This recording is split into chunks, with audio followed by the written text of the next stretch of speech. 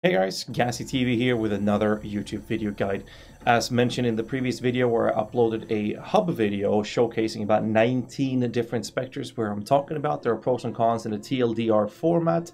Video is a bit long, but I'm covering 19 specters that I consider the best specters available in the current game at the moment.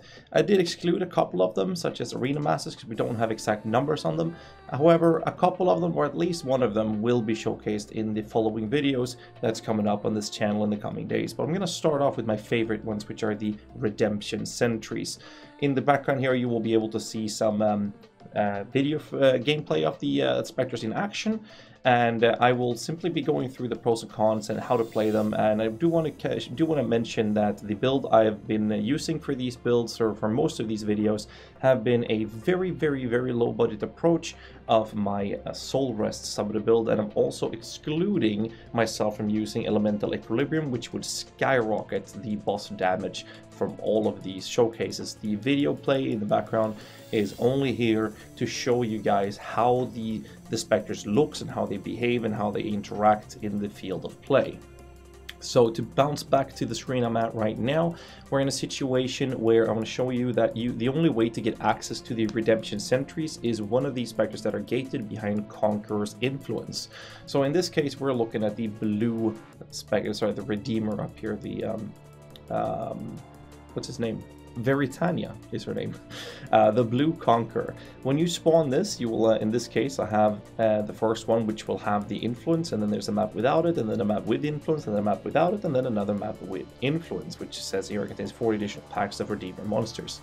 Now, these monsters do not stay consistently or persistently throughout the entirety of the maps or the area's duration, so you have to kill these monsters, do not explode their corpses, do not consume them, then raise their specters, raise them up as specters, and then I would recommend that you get the fuck out of the map and raise them, or basically bring them into your maps, your hideouts area, which will then basically save that area to have those available for Desecrate, so you save those specters available for you to resummon a full army after the map is over.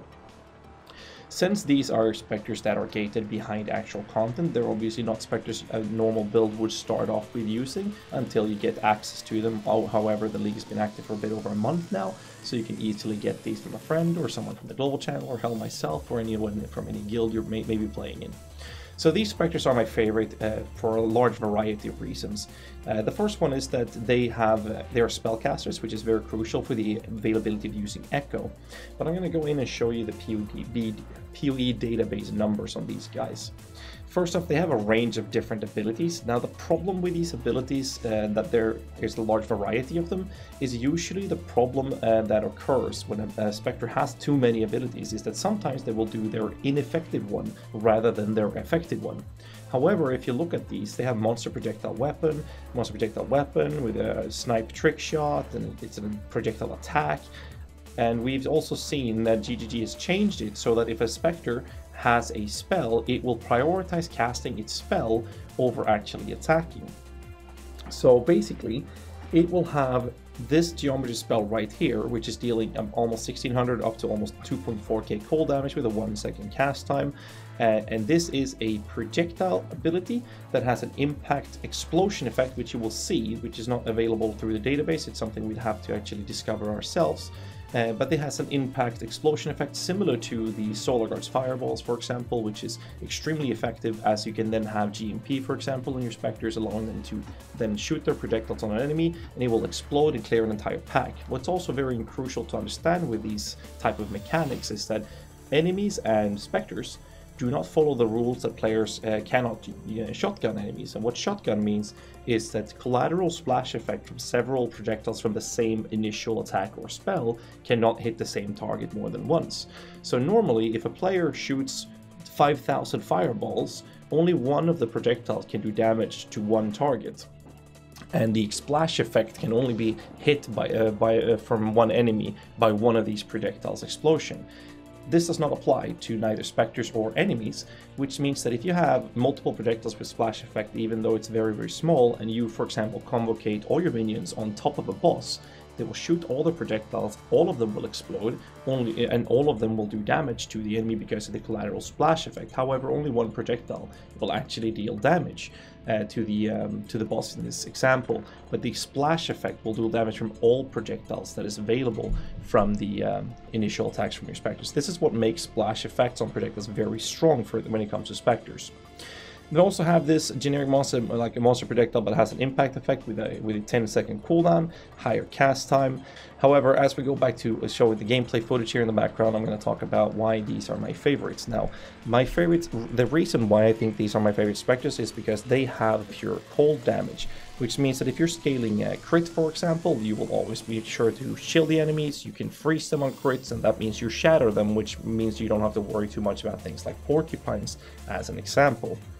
Besides this, we're also in a situation where they have a very large or long range, which means you can actually off-screen with these Spectres, making them very suitable for the sake of actually doing good clearing.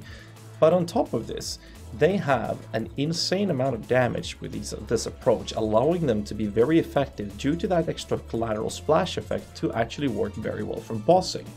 However, obviously, to make them really good for high endgame bosses, you would require a little bit more currency. As mentioned, I would recommend going into a crit route with it, but that would be the most preferable application to be using them for. So for a lower budget, I would recommend having these Spectres as a very solid generic clearing minion. And then suit is basically helping them out with something like zombies or skeletons for single target. I'm a big fan of having skeletons as extra boss damage minions. And it's just super solid. And when it comes to the skill gems, I would prioritize obviously minion damage as well as GMP, and that's your first 3 links, and then obviously spell echo, so that's your generic 4 link, which allows them to be used in other items such as Elder Helmet or even Elder Shaper Helmet, I believe it is, or Elder Crusader, allowing you to have things like concentrated effect support gem for them for that collateral splash effect, as well as having hypothermia. So there's a long list of extra things you can put on them. An Elder Helmet or a normal helmet can roll plus level of minion gems, which means that you can have a helmet that has minion damage and conk effect, or minion damage, conk effect as well as hypothermia, making them a pseudo 7 link. You can also have plus level of minion gems, which would count as a pseudo extra link, which means that you could potentially bring them up to have conk effect, minion damage, hypothermia, plus level of minion gems. That's a pseudo 8 link minion. And we did make a calculation on crafting a super high-end helmet with the essence of horror, I believe it is, which gives your Sock of the Gems, or Sock of the Gems in that helmet, 30% more elemental damage. There is also another approach where Sock of the Gems has a higher crit, which would work as well. All of these works very, very, very well for these type of minions, depending on how you approach it. Usually, the more budget-friendly approaches would be going in with the minion damage and conk effect, or hypothermia plus level of minion gems. So there's a different variety of options that you can utilize for this.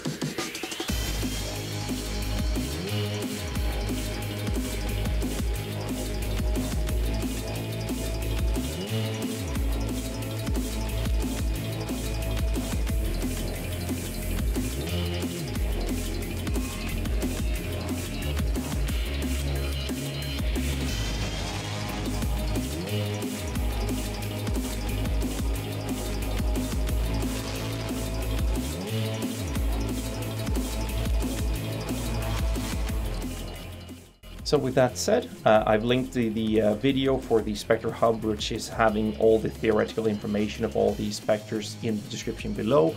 And in there you can also find the direct links to all the videos as they get uploaded to all the specific videos per Spectre that I'm going to be talking about in the coming days up to a week. And that's about it. Let me know in the comments below what you think of these videos, what you feel about the Redemption Sentries in general. They're directly and quite honestly my favorite Spectre available in the entire game since the dawn of history. So it's very fun to see something new taking over my old-time favorite Slave Drivers and Solar Guards, which are obviously very good options to use prior to getting access to these Spectres.